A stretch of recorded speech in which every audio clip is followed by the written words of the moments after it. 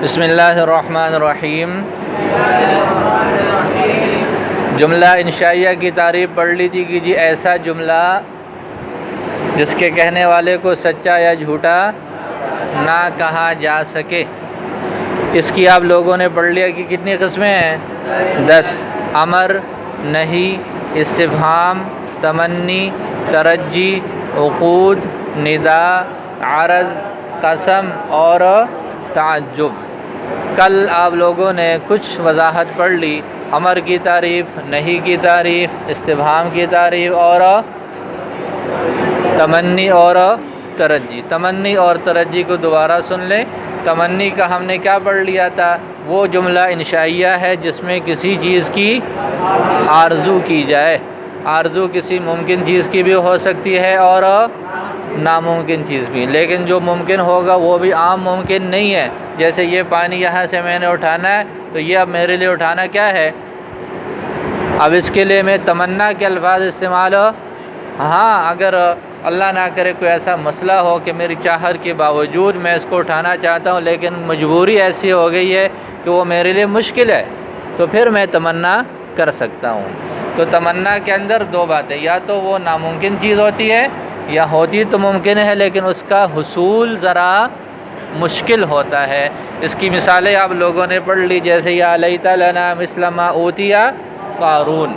قارون جتنا مال ملنا یہ ناممکن نہیں ہے لیکن اچھا خاصا مشکل ہے، اس وجہ سے یہ تمنا کی ایک صورت ہے۔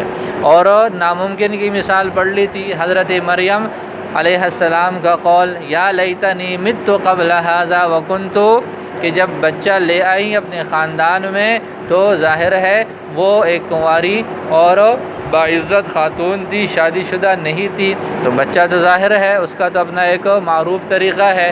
تو پھر وہ مسئلہ تھا اب لوگوں کو کہنا کہ جی یہ کیسے ہوا، اللہ تعالیٰ کی طرف سے ہوا، ہر بندہ اس کو نہیں سمجھ پاتا، اس وجہ سے یہ ان کے لیے یہ سوال جواب کرنا انتہائی مشکل تھا۔ اس وقت انہوں نے آرزو کی تھی یا لیتنی مت قبل ھذا وکنت، ہائے کاش میں اس دن سے پہلے ہی مر جاتی۔ تو یہ مرنے کا جو ہے وہ خواہش ظاہر کر دینا، یہ موت کا وقوع یہ اس وقت کیا تھا؟ یہ ناممکن ہے۔ تو یہ تو پڑھ لیا آپ لوگوں نے تمنی۔ تمنی جس میں کسی چیز کی آرزو کی جائے، ترجی جس میں کسی چیز کے بارے میں اس کے ہونے کی امید کی جائے۔ سمجھ آ رہی ہے؟ تو امید اور تمنا میں کیا فرق ہے کہ امید کا تعلق صرف ممکن چیز سے ہے، امید کا تعلق صرف ممکن چیز سے ہے۔ اب امکان ہو سکتا ہے کہ وہ آسان ہو سکتا ہے وہ تھوڑا مشکل ہو، لیکن یہ ساری چیزیں امکان میں ہی ہے۔ اور تمنی اور ترجی کا فرق پڑھ لیا تھا کہ تمنی میں کیا ہوتا ہے؟ ممکن اور ناممکن دونوں صورتیں آ جاتی ہیں، اور ترجی میں بولو تو تمنی کے لیے، ترجی کے لیے تمنی کا لفظ استعمال نہیں کریں گے، اور ترجی کے لیے تمنی کا، دونوں الگ الگ معنی رکھتے ہیں، تو ایک کی جگہ دوسرا۔ تو جیسے لیت الشباب یعود کی مثال پڑھ لی تھی، کاش کے جوانی لوٹ آئے۔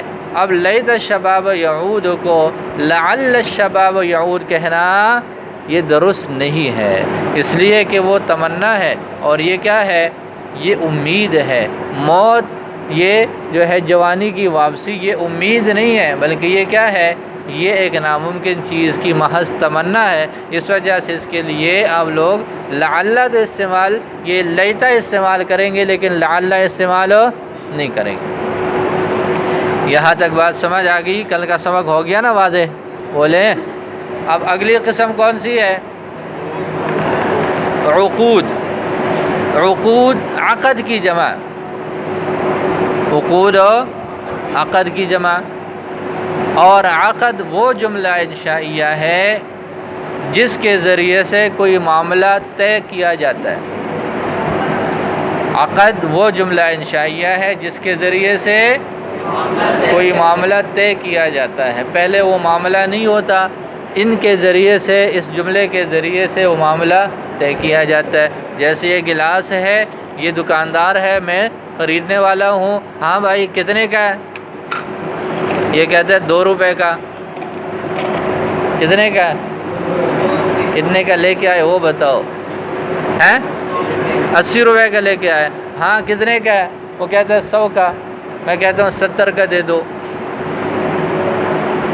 میں کہتا ہوں 70 کا دے دو، پھر وہ آگے سے کہتا ہے نہیں جی 70 تو بہت تھوڑے ہیں، چلو کچھ آپ کم کر لے، کچھ میں کم کر لیتا ہوں، اچھا تو بات طے ہو گئی 80 کا، تو وہ کہتا ہے میں نے 80 کا آپ کو دیا اور میں کہتا ہوں کہ میں نے یہ گلاس آپ سے 80 روپے کا خرید لیا، تو یہ اس گلاس کو خریدنے کے لیے ایک معاملہ طے پایا، اس گلاس کی خریداری میں یہ معاملہ اسی انداز سے ہوتا ہے نا، جب ہم خرید و فروخت کرتے ہیں تو خرید و فروخت میں جس کے پاس مال ہوتا ہے وہ کہتا ہے میں نے یہ چیز اتنی کی بیچنی ہے، جس نے چیز لینی ہوتی ہے تو وہ کہتا ہے میں نے یہ چیز اتنے کی لینی ہے، اور یہ باتیں کر کے ایک بات پر وہ اپنا معاملہ طے کر لیتے ہیں، بات فکس کر لیتے ہیں اور پھر وہ معاملہ مکمل ہو جاتا ہے۔ تو یہ جو باتیں ہوتی ہیں بائع اور مشتری کے درمیان میں، خریدار اور بیچنے والے کے درمیان میں، اس کو بولتے ہیں عقود۔ اب ظاہر ہے اس پر تعریف فٹ آ رہی ہے نا، میں اس کو کہتا ہوں یہ گلاس کتنے کا ہے، یہ کہتا ہے جی 100 کا، تو میں آگے سے کہتا نہیں آپ تو جھوٹ بول رہے ہیں، یہ جواب بن سکتا ہے؟ وہ کہتا ہے 100 کا، میں کہتا ہوں آپ تو بڑے سچے آدمی ہیں، تو ظاہر ہے یہاں سچ اور جھوٹ کا وہ نہیں ہو سکتا۔ جب آپس میں خریدار لگے ہوتے ہیں تو وہاں کوئی یہ نہیں کہہ سکتا کہ یہ سچا کہہ رہا ہے یا یہ جھوٹا ہے، تو اس وجہ سے یہاں پر سچ اور جھوٹ والی جو بات ہے وہ نہیں ہو سکتی۔ تو آپ لوگوں نے پڑھ لیا جملہ انشائیہ کس کو بولتے ہیں؟ جس کے کہنے والے کو سچا یا جھوٹا نہ کہا جا سکے۔ تو جب عقود میں، عقد میں جانبین سے، خریدنے والے اور فروخت کرنے والے کی طرف سے جب باتیں ہو رہی ہوتی ہیں تو پھر اس وقت یہ نہیں کہا جاتا جی آپ ٹھیک کہہ رہے ہو یا آپ غلط کر رہے ہو، ٹھیک ہو جائے گا۔ تو اس وجہ سے وہ یہ چلتا رہتا ہے۔ تو عقود جمع ہے عقد کی، عقد وہ جملہ انشائیہ ہے جس کے ذریعے سے کوئی معاملہ طے کیا جاتا ہے، جس کے ذریعے سے کوئی معاملہ طے کیا جاتا ہے، یا جس کے ساتھ کسی معاملے کی کسی جو ہے وہ خرید و فروخت کی ایجاد کی جاتی ہے۔ جیسے خریدار اور فروخت کنندہ وہ کیا کہتے ہیں؟ ایک کہتا ہے بعتو، دوسرا کہتا ہے اشتریتو۔ بعتو کا معنی ہوتا ہے فروخت کرنا، اشتریتو کا معنی کیا ہوتا ہے؟ خریدنا۔ بعتو میں نے فروخت کیا، اشتریتو میں نے خریدا۔ تو بوقت بیع، بوقت خرید و فروخت کے وقت جب فروخت کرنے والا اور خریدنے والا آپس میں باتیں کرتے ہیں کہ میں نے خریدا، میں نے فروخت کیا، تو یہ جو جملے ہوتے ہیں اس جملے کو کیا بولتے ہیں؟ عقد بولتے ہیں۔ کیا بولتے ہیں؟ ہاں جی، تو بتاؤ شاباش۔ عقود جمع ہے عقد کی، اور عقد وہ جملہ انشائیہ ہے جس کے ذریعے کسی معاملے کو طے کیا جاتا ہے۔ جیسے خریدار کہتا ہے اشتریتو، اور فروخت کرنے والا کہتا ہے بعتو۔ فروخت کرنے والا کیا کہتا ہے؟ بعتو، میں نے یہ چیز بیچی، اور خریدار کیا کہتا ہے؟ اشتریتو۔ بات سمجھ آ گئی؟ بولو جی۔ تو یہ کتنی قسمیں بن گئی؟ بولو۔ اس کے بعد کیا ہے؟ ندا۔ ندا وہ جملہ انشائیہ ہے جس کے ذریعے سے کسی کو آواز دے کر اس کی توجہ طلب کی جاتی ہے۔ ندا وہ جملہ انشائیہ ہے جس کے ذریعے کسی کو آواز دے کر اس کی توجہ طلب کی جاتی ہے۔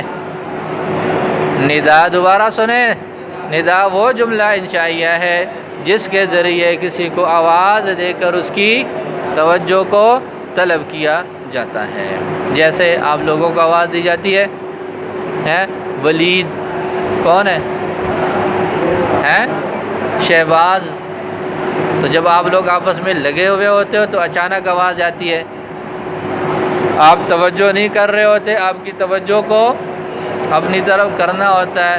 اسی طریقے پر قرآن پاک میں بھی یہ ندا بہت سارا ہے، جیسے یا ایھا، یہ جو یا استعمال ہوا ہے، یا ایھا الناس، یا ایھا الذین آمنوا، یا ایھا الذین کفروا یا نوح کا لفظ آتا ہے یا آدم کا لفظ آتا ہے، تو یہ جتنے بھی یا ہے یہ یا سارے ندا ہیں، آواز دے کر ان کی توجہ کو طلب کیا جا رہا ہے۔